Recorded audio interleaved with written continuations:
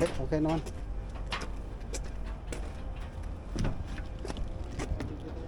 Yung masyadong anuhin yung kwan, yung crimper.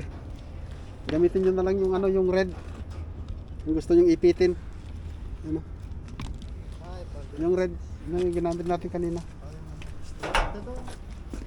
Hindi, yung kwan. Iba yan.